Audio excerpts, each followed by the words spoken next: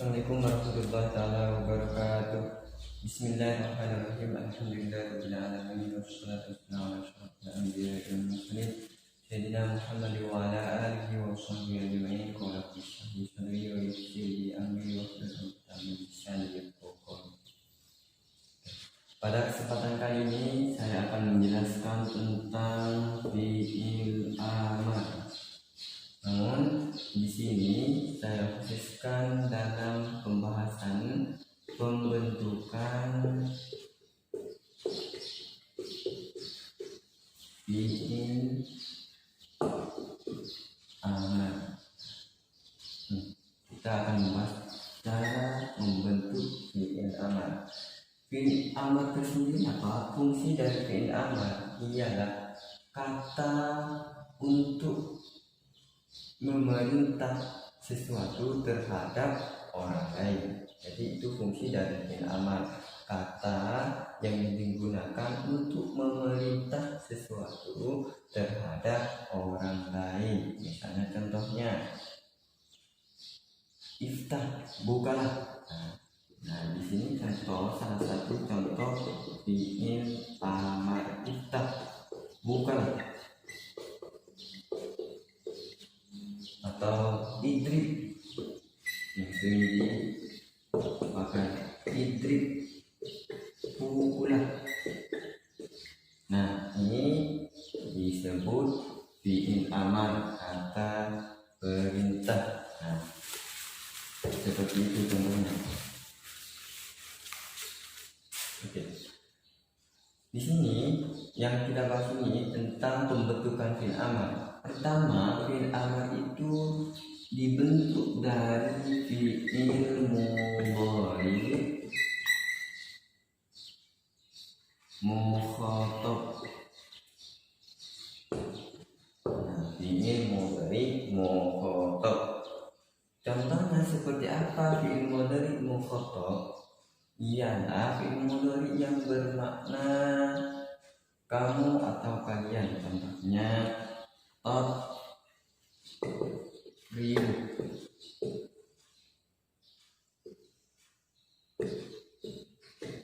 Nah, di sini salah satu contoh fi'il mudhari mukhatab. Nah, fi'il amar dibentuk dari kata ini, ribu. Kamu memukul.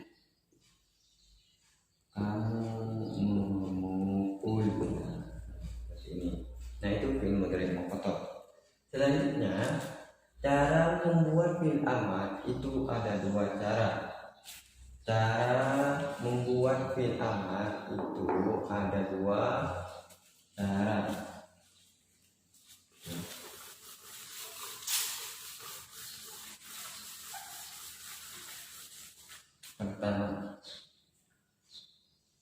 Pertama, kalau setelah huruf mudhari itu berharakat, setelah huruf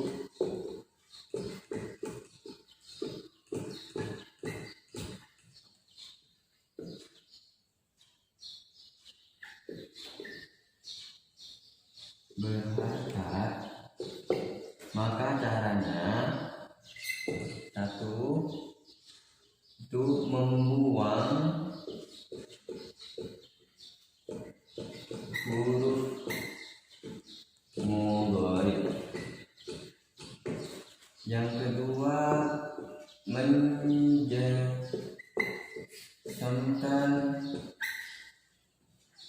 huruf akhir. Nah, ini yang pertama. Yang pertama dalam pembentukan fi'il amar, yaitu kalau setelah huruf mudhari berharakat, caranya bagaimana? Membuang huruf mudhari.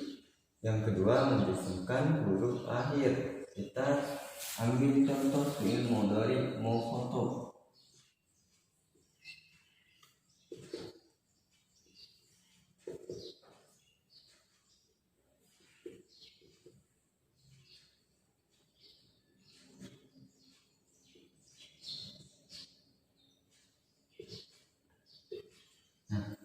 tuqatilu. Di sini contoh fi'il mudhari mukhatab. Sedangkan sebelumnya saya sudah jelaskan bahwa fi'il amr itu diambil dari fi'il mudhari mukhatab. Ini salah satu contohnya fi'il mudhari mukhatab. Nah, kebetulan di sini contohnya caranya membuang huruf mudhari. Nah, huruf mudhari itu kita buang huruf mudhari'nya seperti ini. Nah, terus menjasemkan huruf terakhir, maka jadilah qatil. Nah, qatil dari fi'il madhi qatala yuqatilu. Qatala yuqatilu fi'il amarnya qatil. Nah, jadi fi'il amar, cara membuat fi'il amar yang pertama itu kalau setelah huruf mudhara itu berharakat. Nah, ini huruf setelah mudhara berharakat nih. Bagaimana membuang? Yang pertama membuang huruf mudhari'nya. Nah, ini dibuang, ini buang, terus menjasemkan huruf terakhir, maka jadilah qatil. Nah, seperti itu. Contoh yang lain misalnya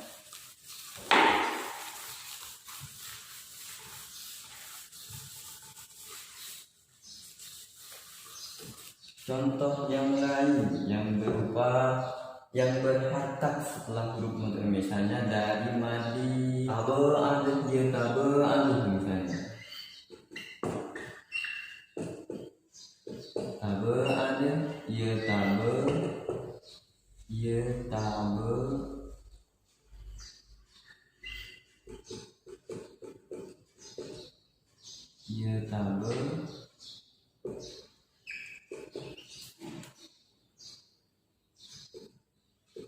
taba'ad yataba'ad.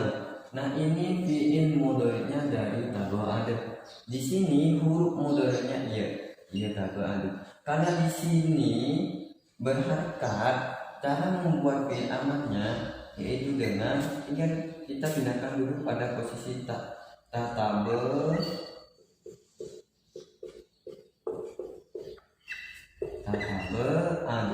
Nah, ini seperti barusan, kalau misalnya huruf fathah atau setelah huruf mudhari'nya itu berharakat, maka cara membuat dengan membuang huruf mudhari'nya dan dijasemkan akhirnya menjadi taba'at. Nah, ini fi'il amar. Taba'at. Nah, ini fi'il, bentuk fi'il amarnya dari fi'il taba'at ya taba'at. Banyak sekali contohnya selain yang saya sebutkan, misalnya seperti tadi qatala yuqatilu qatil, taba'at taba'at. Nah, tafa'al. Nah, itu bisa kalian praktekkan dan kalian praktekkan sendiri bagaimana cara membuat fi'il amar. Yang pertama itu dengan ini, membuang huruf mudhari'nya dan mensukunkan akhirnya. Kapan? Ketika setelah huruf mudhari'nya itu berharakat. Seperti itu. Oke. Itu yang pertama, cara membuat fi'il amar. Yang kedua, cara membuat fi'il amar. Ini tadi itu yang pertama, yang kedua yaitu kalau setelah huruf mudhari sukun, maka sukun caranya yaitu dengan menambah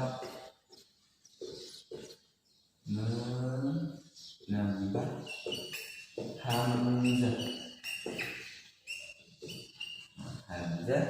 dan sama caranya mensukunkan atau menjasemkan aja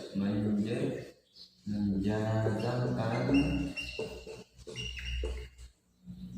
huruf terakhir. Nah, jadi yang versi kedua cara pembentukan fi'il amr adalah kalau setelah huruf mudhari itu sukun, yaitu apa? Dengan menambah hamzah, yaitu menambah hamzah di awalnya dan menyusunkan huruf terakhir. Nah, contohnya kita langsung ke contoh. Kita langsung ke contoh bagaimana fi'il mudhari setelah huruf mudhari itu sukun. Misalnya fataha yaftahu, fataha yaftahu. Nah, ini contoh fi'il mudhari yang setelah huruf mudhari'nya sukun, fataha yaftahu. Nah, bagaimana cara membentukkan fi'il amarnya? Itu sama. Intinya mengambil dari fi'il mudhari mukhatab, kita pilihkan tahu di sini. Tahu. Bagaimana caranya? Seperti tadi. Ini setelah huruf mudhari sama, membuang huruf mudhari'nya. Di sini membuang huruf mudhari'nya. Apa tadi? Menambah hamzah.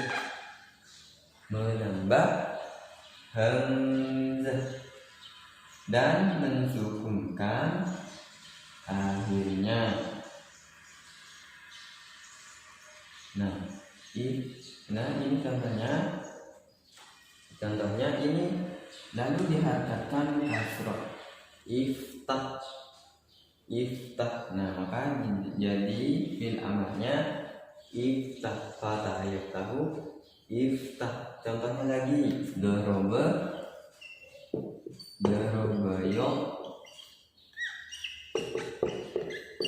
yadribu. Nah, ini contohnya bagaimana cara membentuk namanya. Kita berdiri ke mukhatab tadribu. Bagaimana? Buang huruf mudhari'nya lalu diganti hamzah. Huruf mudhari'nya ini dibuang, jadi awalnya menjadi drib. Nah,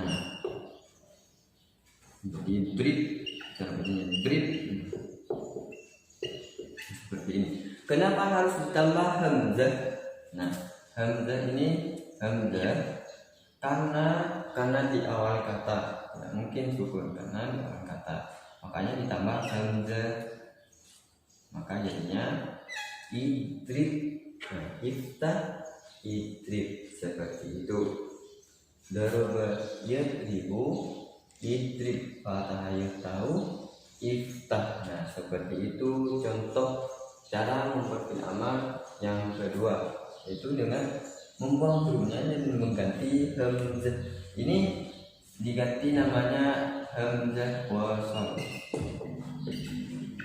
Hamzah wasal. Nah, hamzah wasal yang disebut dengan hamzah wasal idrib.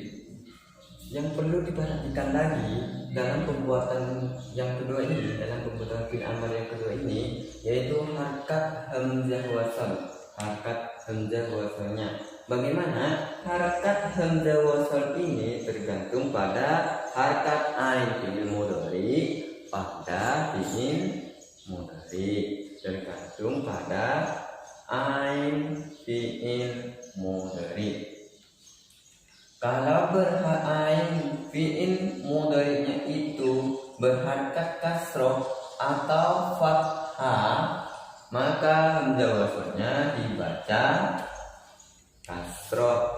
Contohnya fataha yaftahu, ini ain fi'il mudhari'nya berharakat fathah.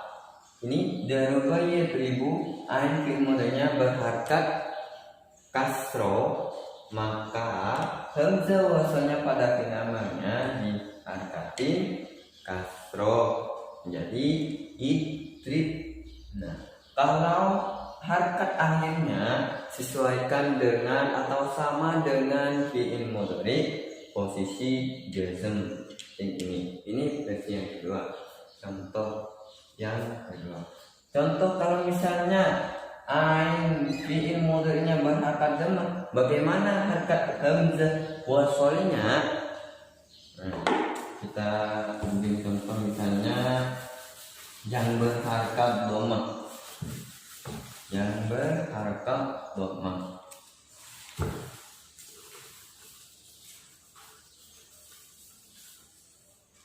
Contohnya nasoro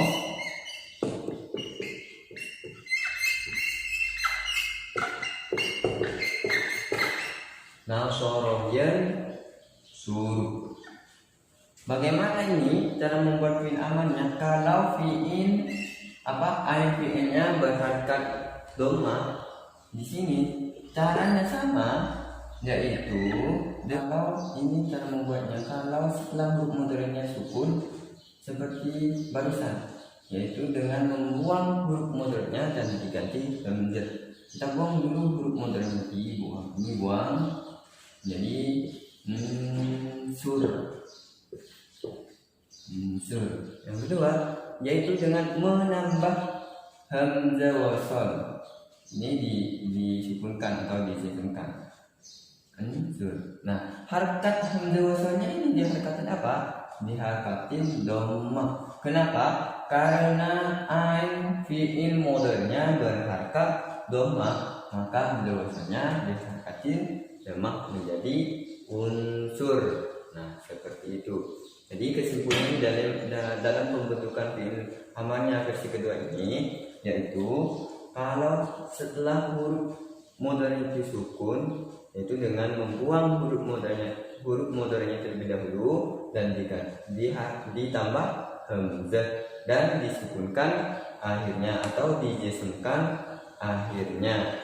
Dan harakat hamzah wasalnya tergantung pada harakat ain fi'il mudhari'nya. Ingat, kalau ain fi'il mudhari'nya itu berharakat dhammah, maka hamzah wasalnya berharakat dhammah. Kalau ain fi'il mudhari'nya berharakat fathah atau kasroh,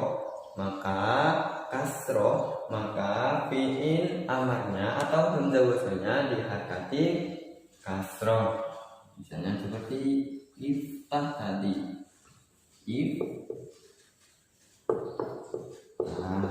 seperti itu. Jadi harakat hamzah wasalnya berharakat kasroh. Jadi harakat hamzah wasalnya ada dua, dhammah atau kasroh. Kapan dhammahnya? Kalau ain mudhari'nya berharakat dhammah. Kapan kasroh? Ketika ain mudhari'nya berharakat fathah atau kasroh. Tetapi ada satu wazan fi'il ketika fi'il amarnya itu hamzahnya diharakati fathah, tapi ini wazan fi'il khusus wazan af'ala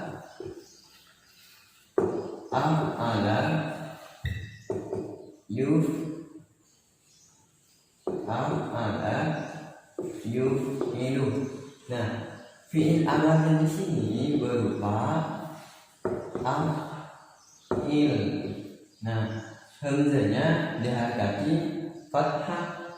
Tadi kalau hamzah yang baru saya jelaskan itu hamzahnya harakat kasroh. Kalau ain fi'il pada mudhari'nya itu berharakat kasroh atau fathah atau berharakat dhammah. Itu kalau ain fi'ilnya pada fi'il mudhari'nya berharakat dhammah. Namun khusus wazan af'ala yuf'ilu ini juga ada hamzahnya, tetapi di sini diharakati fathah.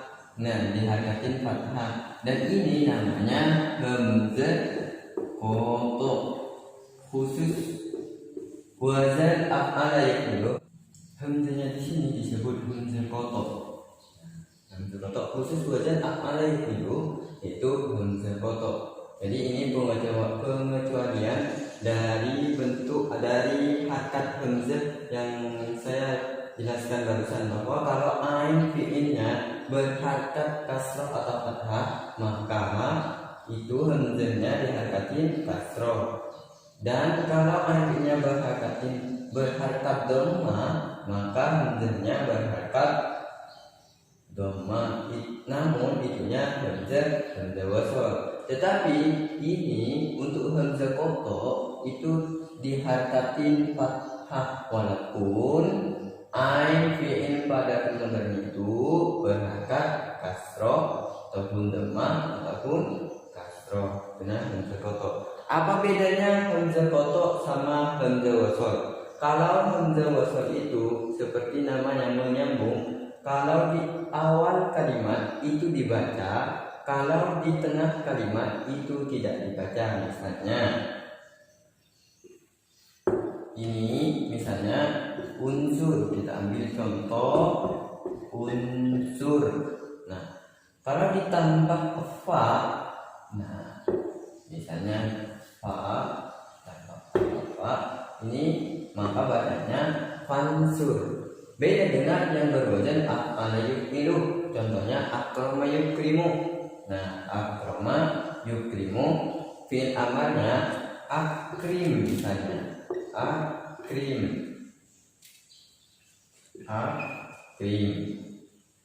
Nah, walaupun di sini ditambah di tengah kalimat, di tengah kalimat, maka hamzahnya tetap dibaca fa'akrim.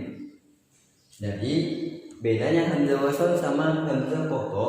Kalau hamzah wasol itu di awal kalimat dibaca, di tengah kalimat itu tidak dibaca, itu hamzah wasol.